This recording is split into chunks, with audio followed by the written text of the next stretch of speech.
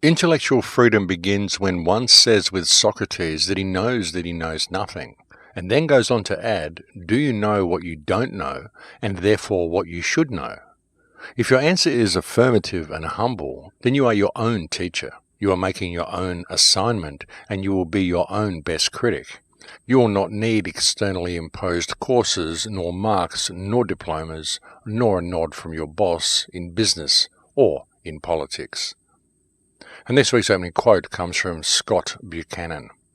Welcome to Surviving the Matrix, ladies and gentlemen. My name is Maxwell Egan. It's a pleasure to be with you once again, and I'll be your host for the next hour. Have you ever asked yourself what you truly know to be true about anything? One of the things that I've found throughout this life is that the more I know, the more I realize how little I actually know.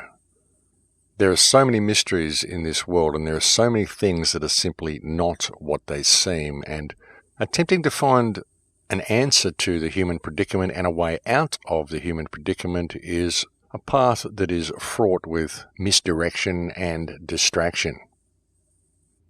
And sure, there's a lot of really important things going on at the moment on the world stage, and many of them do appear to be very positive on the surface, but there also appears to be a little bit of an undercurrent, an underlying tone that many people simply aren't paying attention to.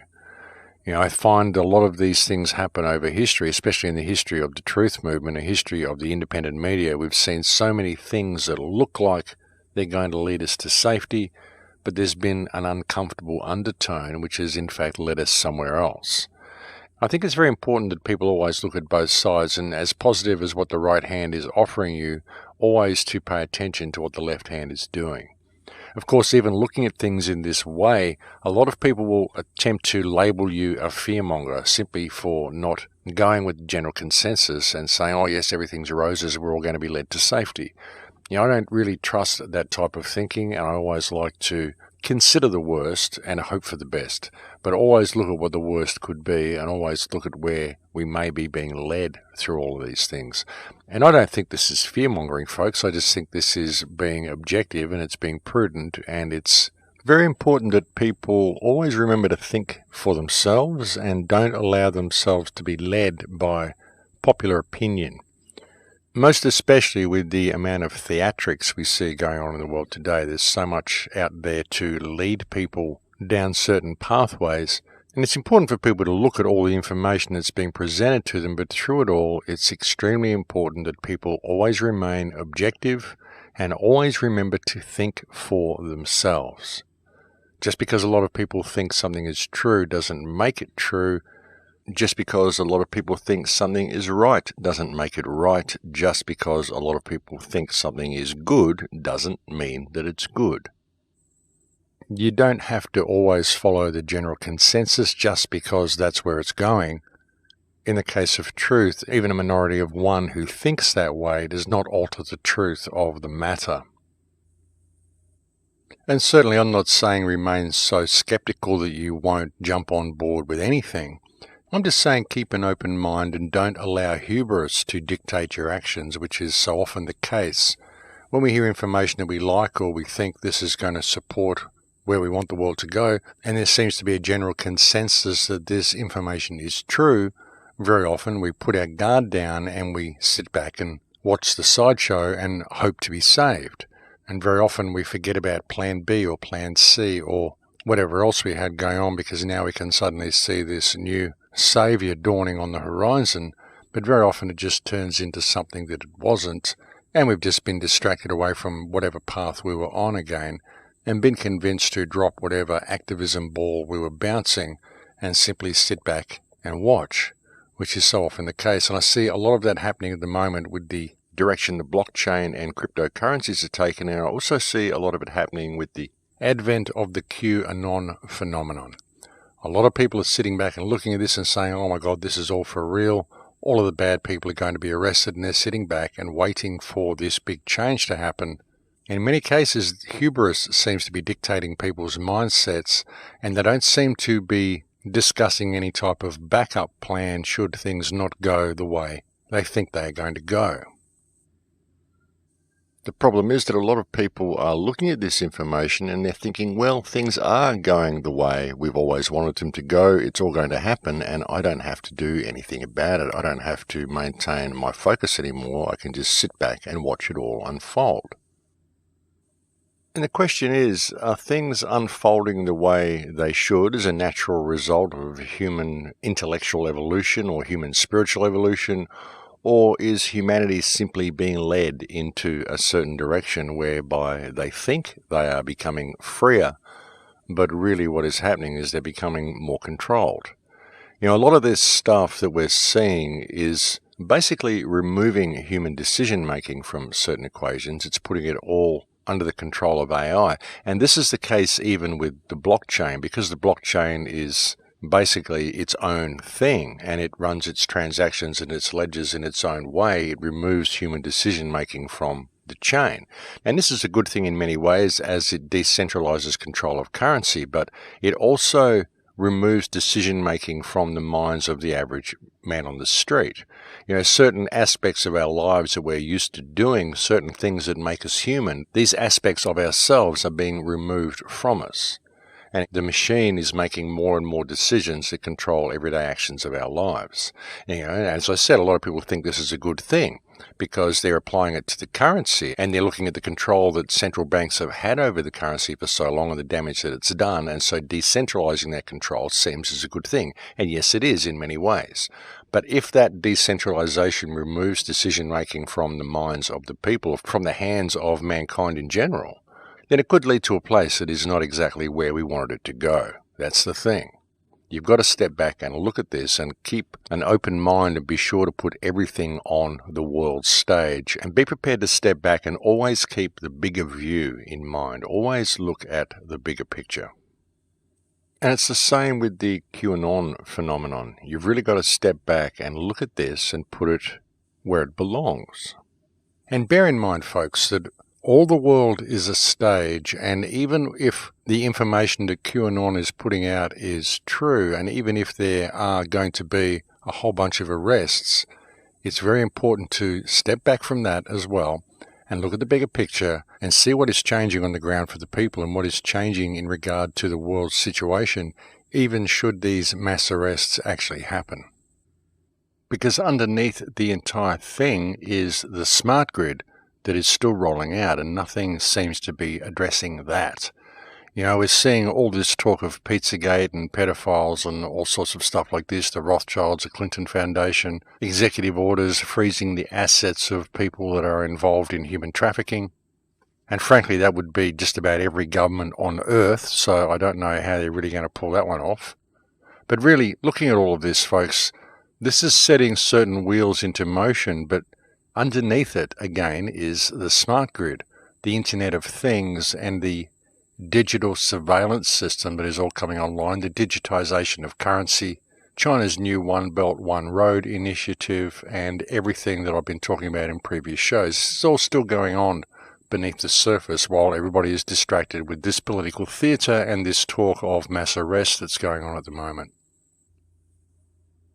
And even with the IoT and the smart grid and everything that really should concern us, the reason so many people aren't really concerned about it, I think, is because they're not looking at the bigger picture again. They're not really seeing where we're being led with all this and looking at what it's doing to the human condition. You know, all these different conveniences that we get on our smartphones. I've gone through this so many times before. Every time you get one of these little conveniences and one of these little personal assistants, it basically removes you of a life skill. It removes you of your real participation in reality, and it creates a digital version of that participation. It basically does everything for you. And this limits your own human potential. It replaces your life skill, your everyday action, your part of being human, with a digital version of it, a virtual version of it. And they began this process back in the 50s with the introduction of television, which basically replaced parents with a virtual version of parenting. You know, the parents just put the children in front of the television, and the television educated them and looked after them and took up all their time in the afternoon. Parents weren't playing with their children in the afternoon and giving them the attention that they normally did. And so we had that generation growing up, Generation X, who were classed as attention seekers. And of course they were attention seekers because they didn't get any attention from their parents. And not only that, but they also learnt how to fob off that attention themselves. So once they have children, they give their children even less attention than what they got when they were children. And this is how it's been done. And as we get further led into this reality, as the kids are being further led into this way of thinking, they're becoming more and more disconnected from what it means to be human.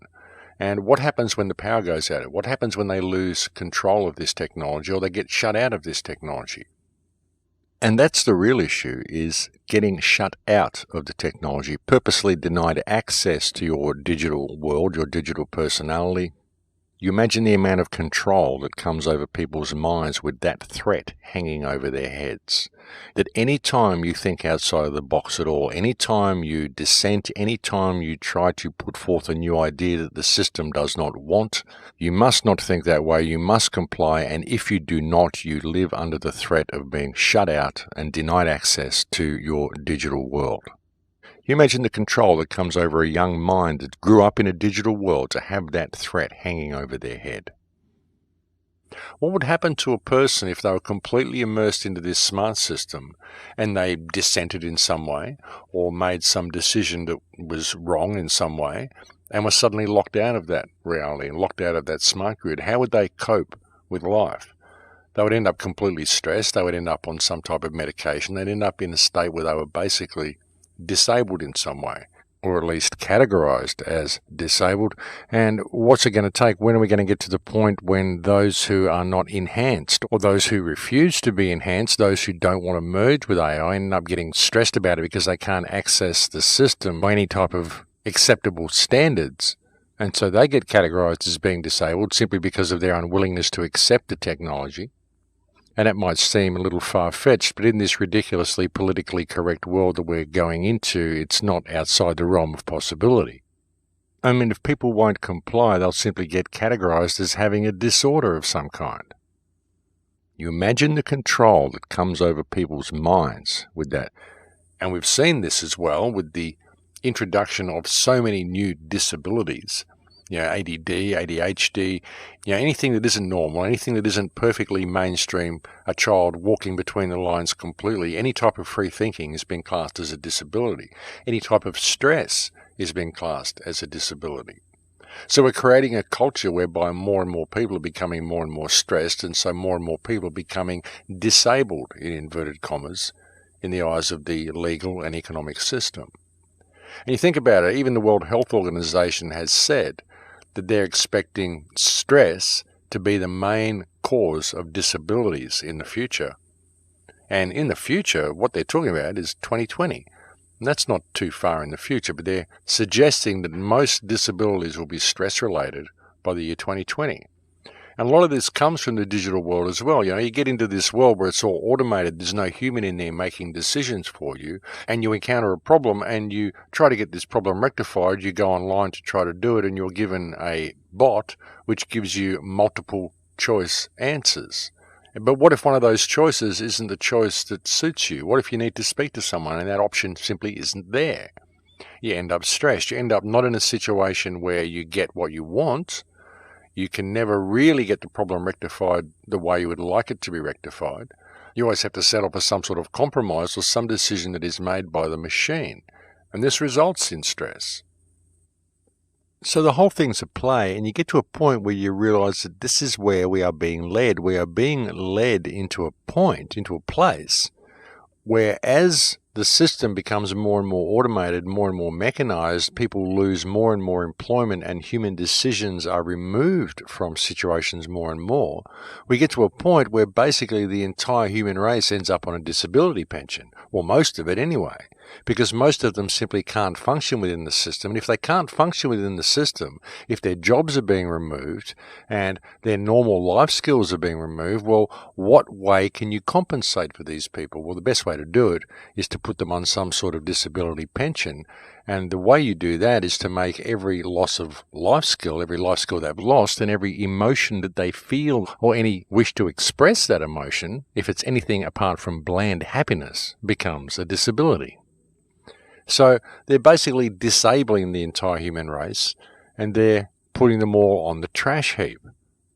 And you look at the disabled people within our society, folks, these are people who are basically put last. In many cultures, they're put last. They're kept well under the poverty line, and they're never really given a leg up in any way.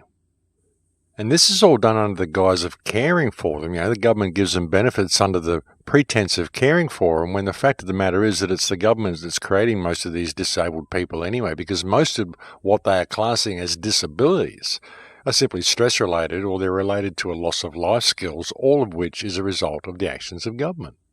Well, a result of the actions of government and the system anyway.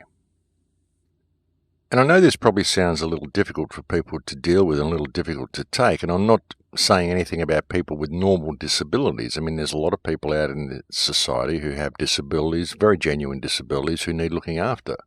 What I'm saying, though, is that in this politically correct environment and in the type of world where any type of thinking outside the box is being classed as a disability. I mean, we've even heard anti-authoritarian syndrome. Someone who doesn't respect authority, doesn't want to do what they're told all the time. This is actually being seen as a disability. People who won't think inside the box, people who question their government. This is being classed as a mental problem, folks, a mental disorder. So it's very easy to categorize anybody who doesn't think the way you want them to think as being disabled, and that's what is happening. That's how they're getting around all of this. That's how they're getting around the legal system. It's how they're getting around people's need to stand up for themselves by simply categorizing them as being disabled or mentally unstable and putting them on medication. This, of course, has all been achieved via the gradual dumbing down of the human race as well. The education system, and again, the things that we get on our mobile phones, all the little smart conveniences we get to help us out in our lives all the time, which prevent us from thinking for ourselves. It's like anything becomes atrophied. As I said previously, if you don't use something, it becomes atrophied. If you don't use your legs, if you sit in a chair for 20 years and don't use your legs, they become atrophied. It's the same with your sight, it's the same with your hearing, and it's the same with your brain as well. If you don't use it, if you don't continue to grow those neural pathways, then they disappear. And the simple fact that people use a GPS to navigate their way around their own city that they live in, so they don't have to think about where they're traveling. They don't have to think about whether they need to turn left or turn right, or they don't have to think about where they're going. They don't have to learn their way anywhere, because the machine will take care of it all for them. The machine will think for them, turn right here, turn left there, roundabout coming, merge with the traffic here. The GPS will even tell you that you need to merge with the traffic on the highway. When you're entering the on-ramp on a highway, it will tell you in 400 meters you need to merge with the traffic. Well, of course you do. You're entering a highway. You know you need to merge with the traffic. You don't need to have a machine to tell you. But what this does is it prevents people from thinking about anything. It turns people into these little automatons, these little drones that just do what they're told. Turn left here, turn right there, lift the right leg, lift the left leg. Soon you'll have little implants telling you have an itchy thigh, you need to scratch it, and it'll tell you how to scratch it. It's getting that bad, ladies and gentlemen. But what this all does is it gradually removes people of their neurological powers. It removes people of their cognitive function. It prevents people from being able to think clearly about anything. It just shuts their brains down. And that is what all of this stuff is doing. That's what all these conveniences are doing. They're removing you of your life skills. Most people don't know how to do any of the most simplest tasks in life anymore because they need to be told how to do it. They need to read instructions on how to do it. They need to have a manual. They need to have something which tells them what to do. As I said a few shows ago, we've got people leaving school, people leaving college who do not even have the intelligence to know how to operate a tape measure. I mean, this is pretty bad, folks. This is a result of the system working purposefully to dumb down humanity.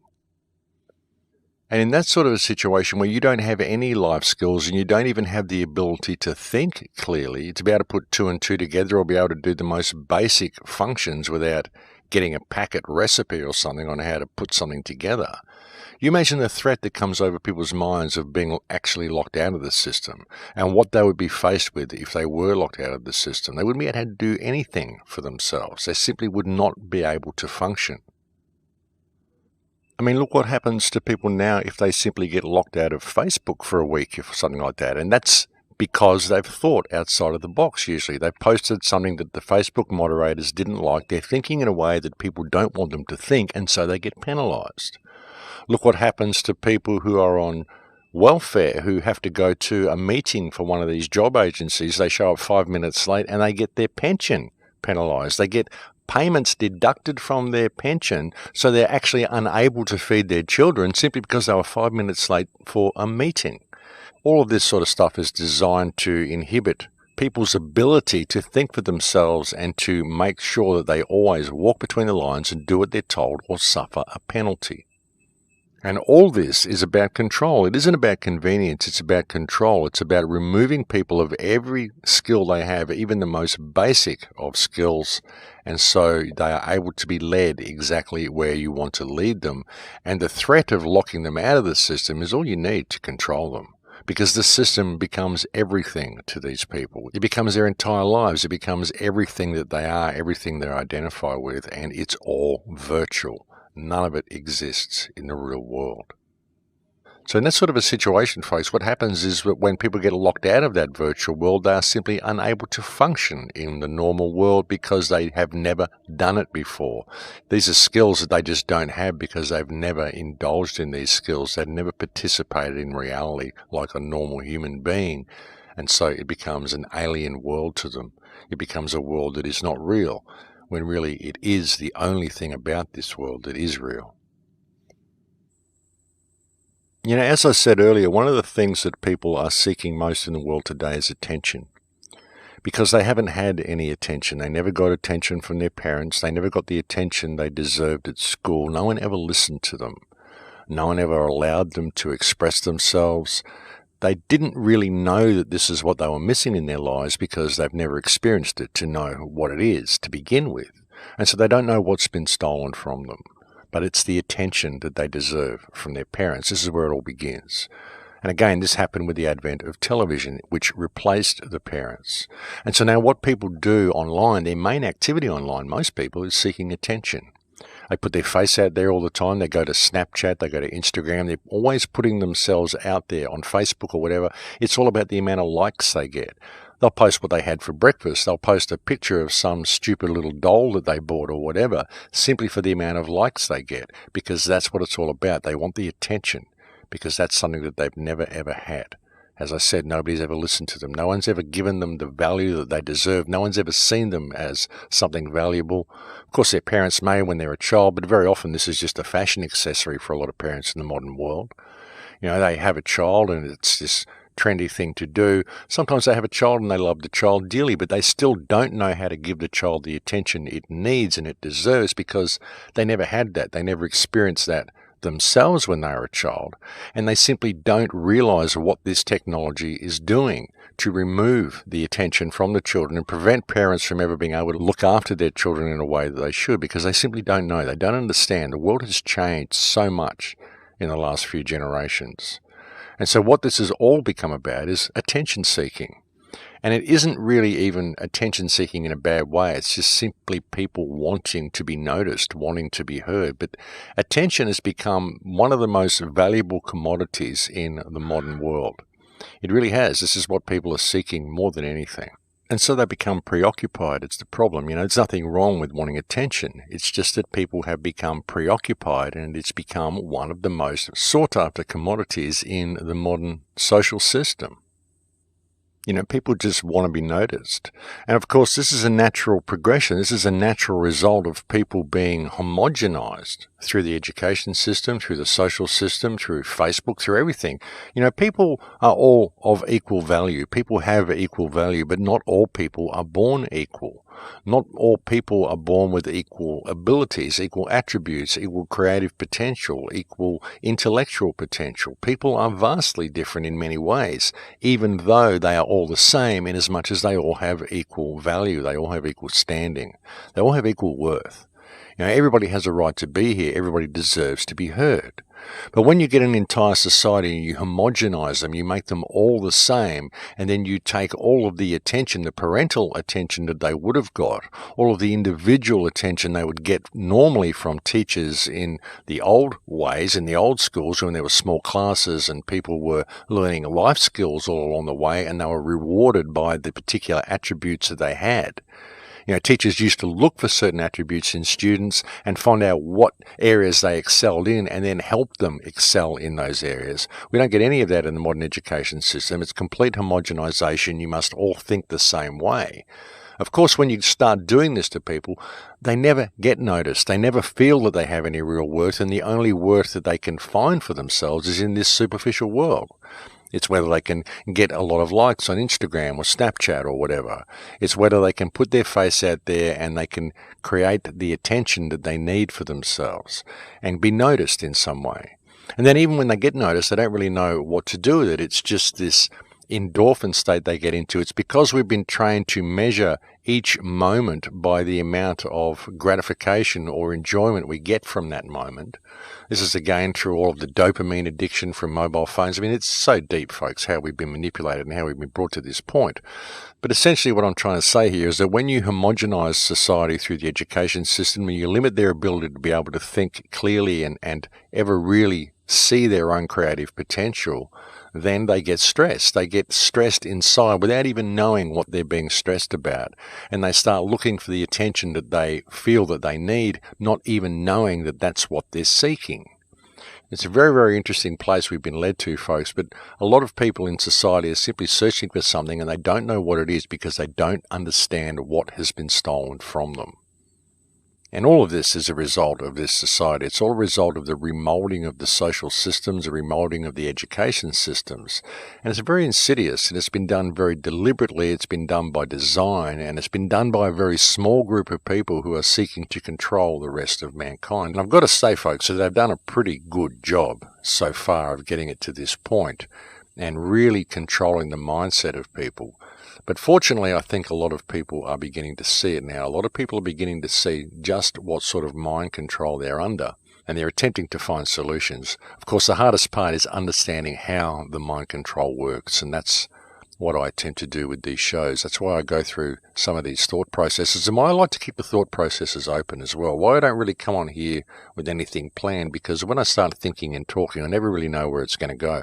And sometimes I make mistakes and I have to stumble my way through it. And I think it's important for people to hear that process. I think it may help other people with their thought processes and perhaps looking at things from a little bit of a wider perspective. But here we are, folks. We've reached break time, so I'm going to have to leave it there and we're going to take a break. Thank you for joining me on the show today. It's always a pleasure to have your company. I'll be back to speak to you again in a few minutes. Don't go away. Welcome back to the show, ladies and gentlemen. As I was saying before the break, one of the most difficult things about attempting to wake people up to the mind control that they're under is the fact that they don't have a reference point. If you control someone but they don't know they are under control, it makes it very difficult for them to see that control. For example, if you were born and modifications were made to your eyes so you could only see in black and white, it would be very difficult for you to ever understand the concept of color. And you wouldn't know what you were missing. And if everybody was like that, they wouldn't realize that the world was colorful because they wouldn't have any reference point. They wouldn't know what they were missing out on to begin with, so they'd never know how they'd been put under control. And again, they've managed to do this with people's attention, people's need to belong to something, this need to belong to a family unit, the need to be cared about, the need to be seen as something of value. They've managed to take that away from people by simply destroying the family unit. And they've managed to destroy the family unit by first enslaving people to this economic system whereby it becomes necessary for both parents to be working in order to support the household, and by the introduction of television to replace the role that parents once played. And people that grow up within this environment, it seems all very perfectly normal, but it's not normal at all. The breakdown of the family unit is in fact integral to the construction of a mind control system and a construction of the control grid and a construction of a disconnected society whereby everybody is looking for instant gratification in everything that they do because they are desperately searching for happiness, because happiness is our natural state and we simply don't get any of that. We get all this stuff that looks like happiness, but it's not happiness at all. It's all this stuff that's put there to distract us from what we are missing inside. External stuff to replace the hollow emptiness that many people feel inside simply because of this breakdown that occurred in the family unit. And many people won't even see that as being the cause of it, but it is. Most people simply want to be loved. Most people want to grow up in an environment where they are loved, but this society itself makes that environment almost impossible to achieve. You've always got to have at least one person off working, one parent off working, and even when they've got a house somewhere to live, it's always a struggle to keep that house. And even with running the house, there's so many little things that are put there to make sure the family's stressed out all the time. And this is the type of environment that the kids grow up in. And the parents simply don't have time to look after the children in that sort of an environment. And because we've separated ourselves as well from our older relations and from our larger families in general, the breakdown of the greater family unit, this is very, very noticeable in the West.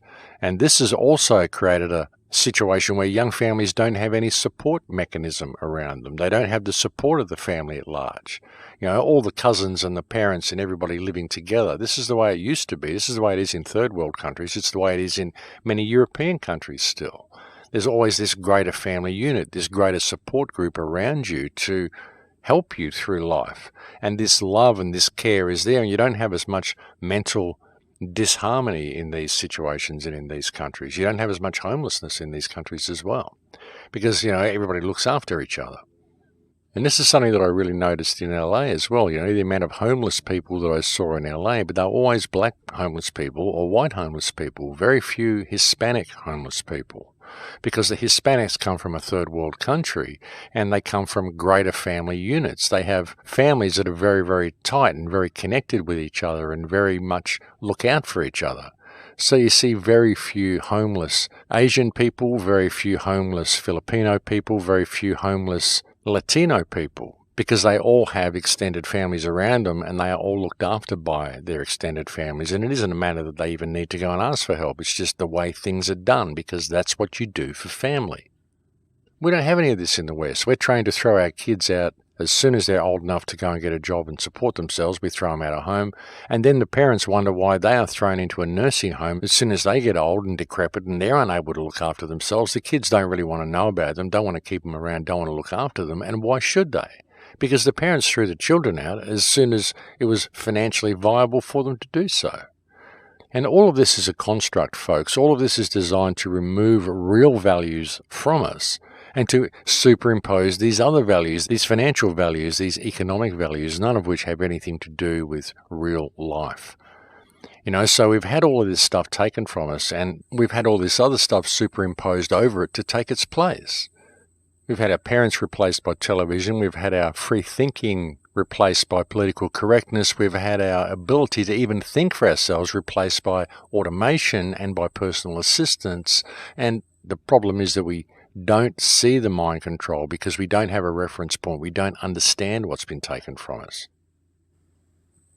A lot of people don't see the loss of life skills that they've been subject to, and they don't see it as anything significant because they never had those life skills to begin with. They were never taught these life skills, and so they don't know what they've lost. And they can't see how a loss of these basic life skills controls them so much.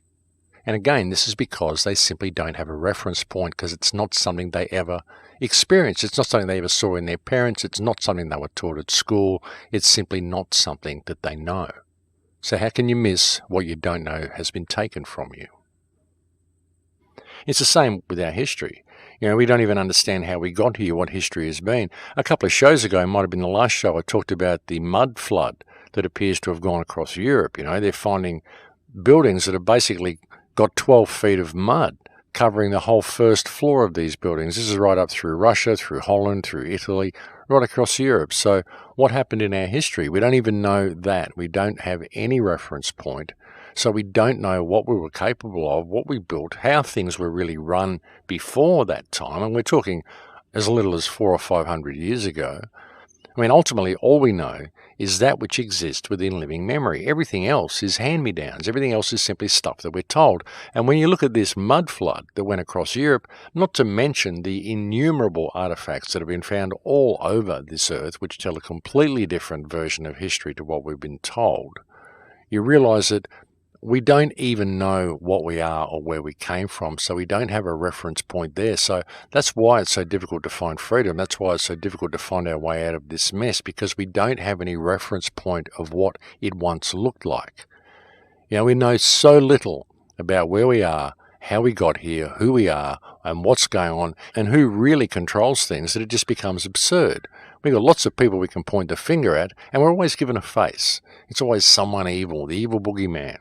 You know, Henry Kissinger or George Soros, or it was David Rockefeller for a while, but he died, unfortunately, so the title, the crown, seems to have shifted over to George Soros. Anybody we can find to put a face on it, point the finger at, and folks, if you can see them and point the finger at them, then they're not really the one who's pulling the strings.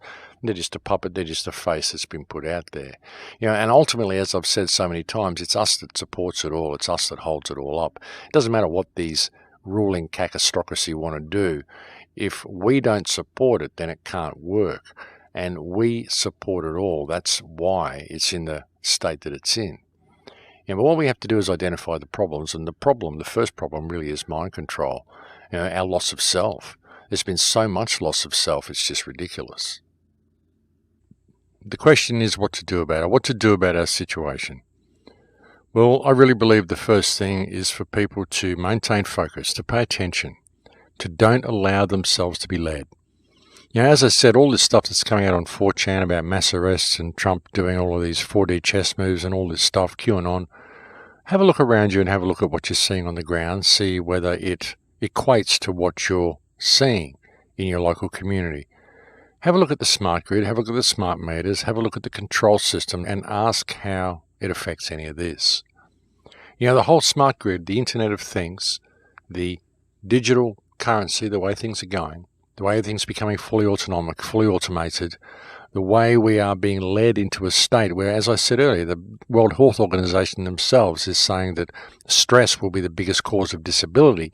You know, we're being led into a state where we are all becoming disabled in the eyes of this system, simply because we can't cope with the loss of self that is occurring. You know, have a look at all of this and ask how any of this QAnon stuff is going to affect any of it.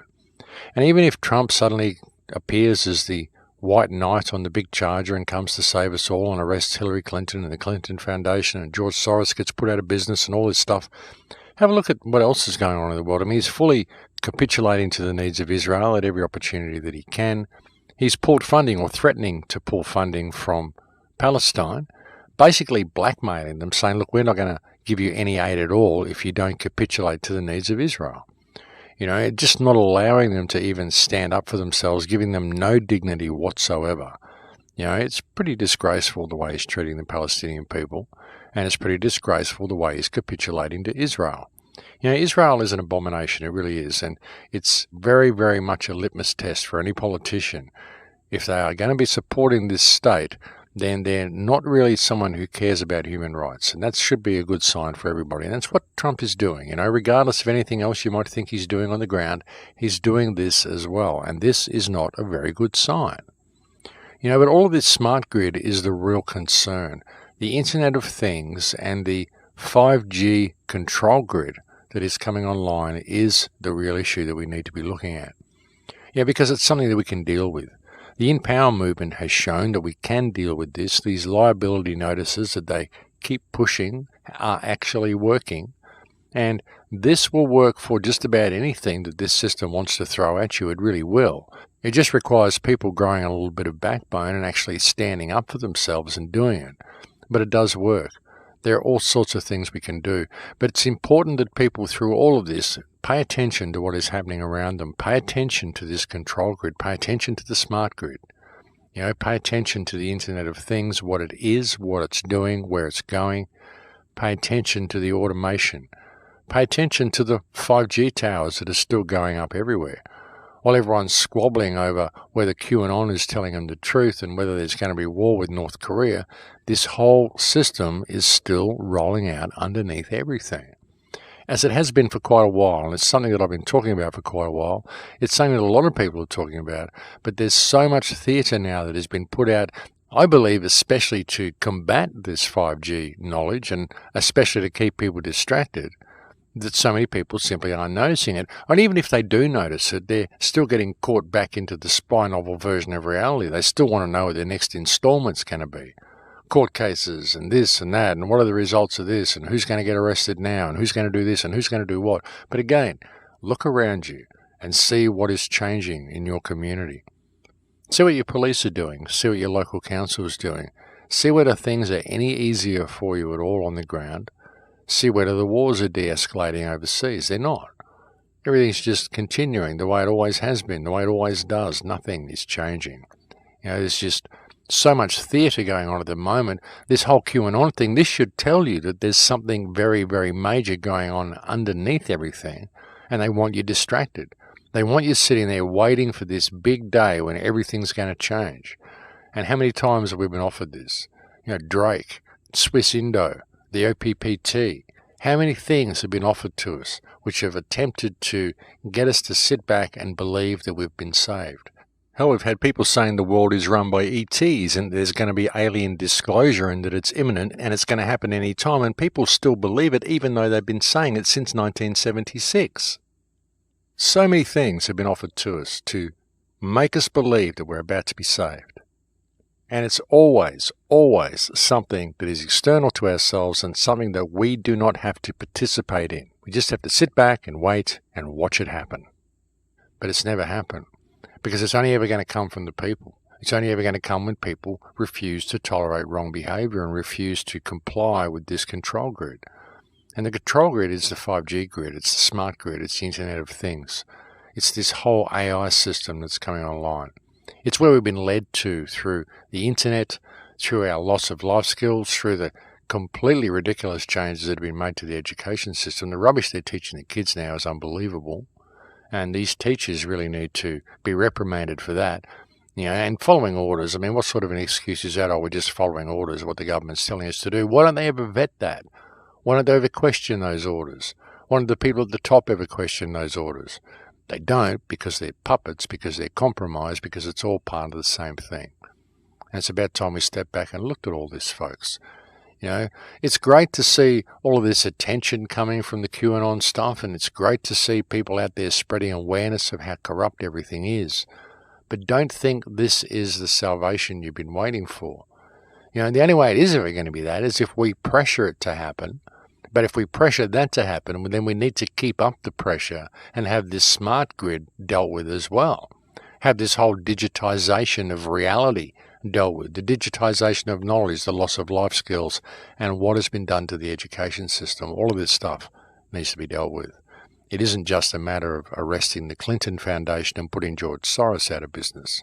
It isn't even a matter of stopping Israel in its tracks from what it's doing and arresting Bibi Netanyahu. There's a whole bunch of stuff going on here. There's a great many cards in play, and it's extremely important that we pay attention. Don't allow ourselves to be distracted. Don't allow ourselves to be led, and pay attention to what is really going on. I think most people know inside that there has to be something more. They know that the world is bad, but they just don't think they can fix it because they really don't understand themselves. They don't understand what they're capable of. They don't understand the true power of a human being because they have no reference point. As I said earlier, we've had so much taken from us in regard to our history and in regard to the true knowledge of ourselves as well. And when we try to rediscover this knowledge, there's so many rabbit holes for us to go down, so many paths to lead us away from what is inside us all the time. Because that's where the answers will be found. You won't find them in books. You won't find them reading self-help books. You won't find them reading books by gurus or even by reading books on meditation. You may find it through meditation itself. By exploring the inner self, you may find what you're looking for. You may find that true power, that true Christ consciousness, if that's what you want to call it.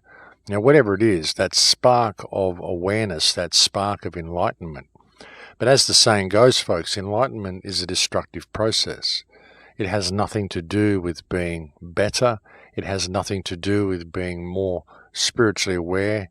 It doesn't mean you're going to sit there in this warm, fuzzy state of love and light. Enlightenment is a breaking down of everything which is false, which is very often a breaking down of every single thing that you believe to be true, everything that we thought was real about this world. And it's a very, very uncomfortable state for many people to even want to pursue. Too many people are comfortable in their environment, they're comfortable in their servitude, and this is mainly because they simply don't know they are in a state of servitude. They just know something's wrong, but they don't know they're in a state of servitude because, again, they have no reference point as to what freedom looks like and to what they are really capable of.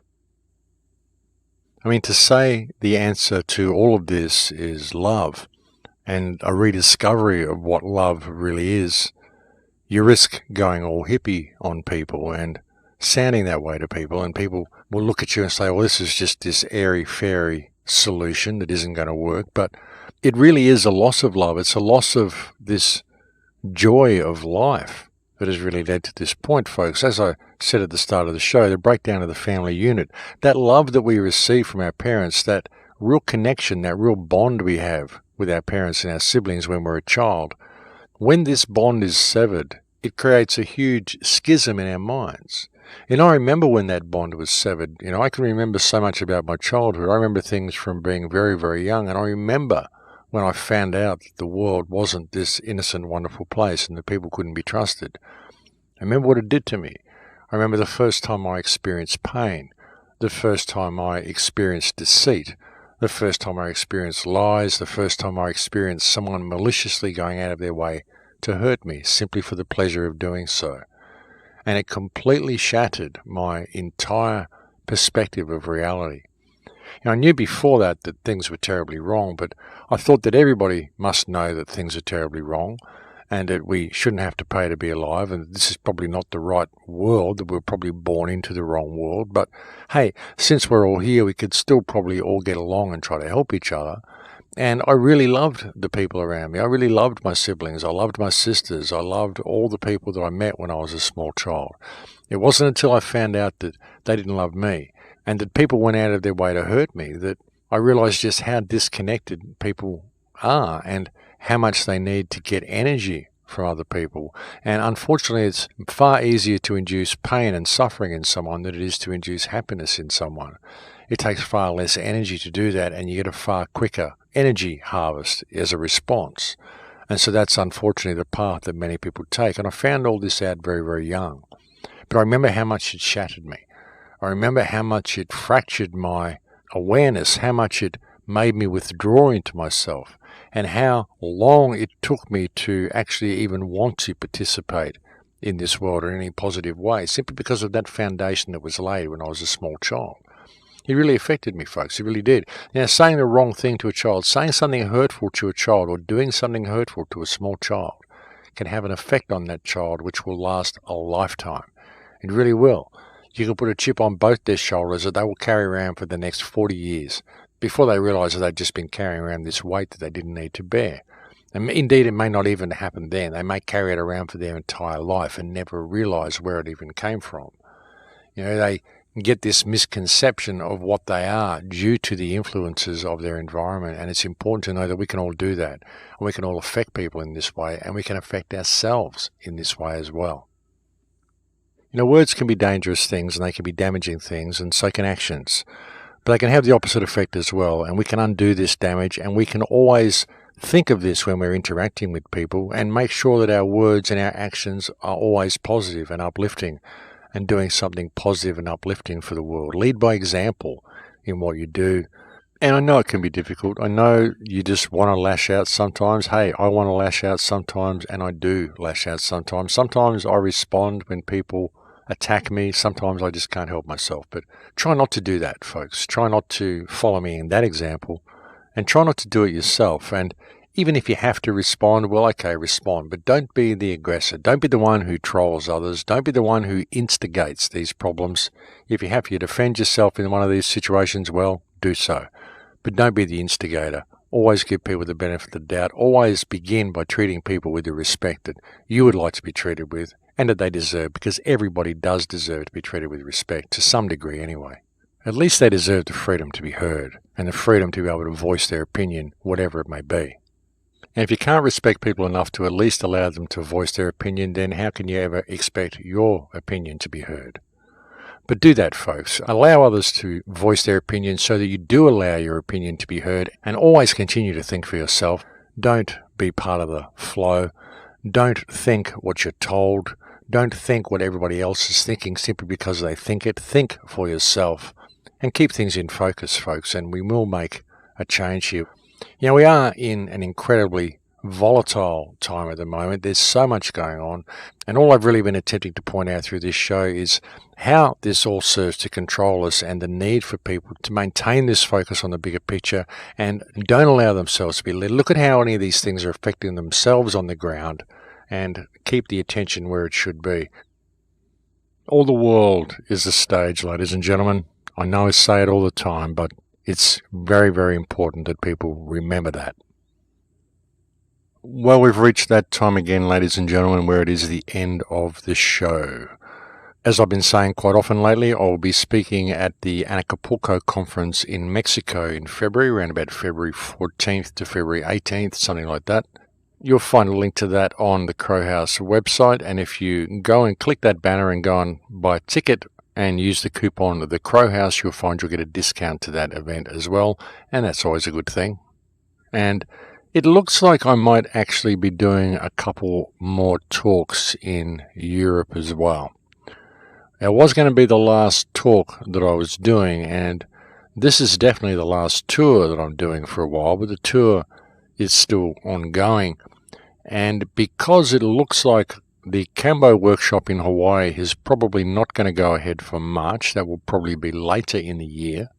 So I will probably be in Europe for March, which means I may actually be appearing personally at the Open Mind event in Ireland.